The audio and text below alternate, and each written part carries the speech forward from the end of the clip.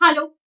তো আজকে লাঞ্চে বানিয়েছি আলু ফুলকপি তরকারি, এই বড়ি দিয়ে আর নারকেল দিয়ে, নারকেল বাটা দিয়ে, আর এই যে আলু করলা ভাজা আর এই পাঁপড়।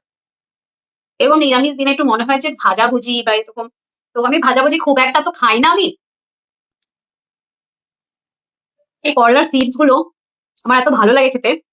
বেশিরভাগ মানুষ কি করে, করলার সিডস, কাঁকরোল ভাজার সিডস, পটল ভাজার সিডস গুলো বের করে দেয়। আমার তো প্রচুর ভালো লাগে।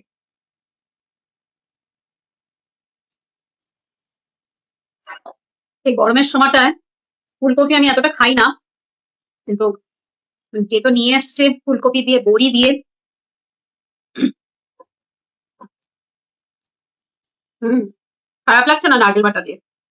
একটু টেস্টটা অন্যরকম হয়েছে।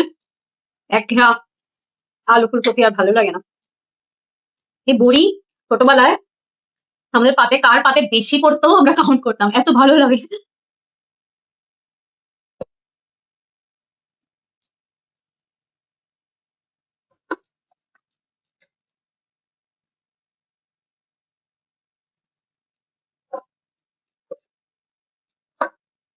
চলো টাটা, কথা বলতে বলতে খাওয়া হয়ে গেল।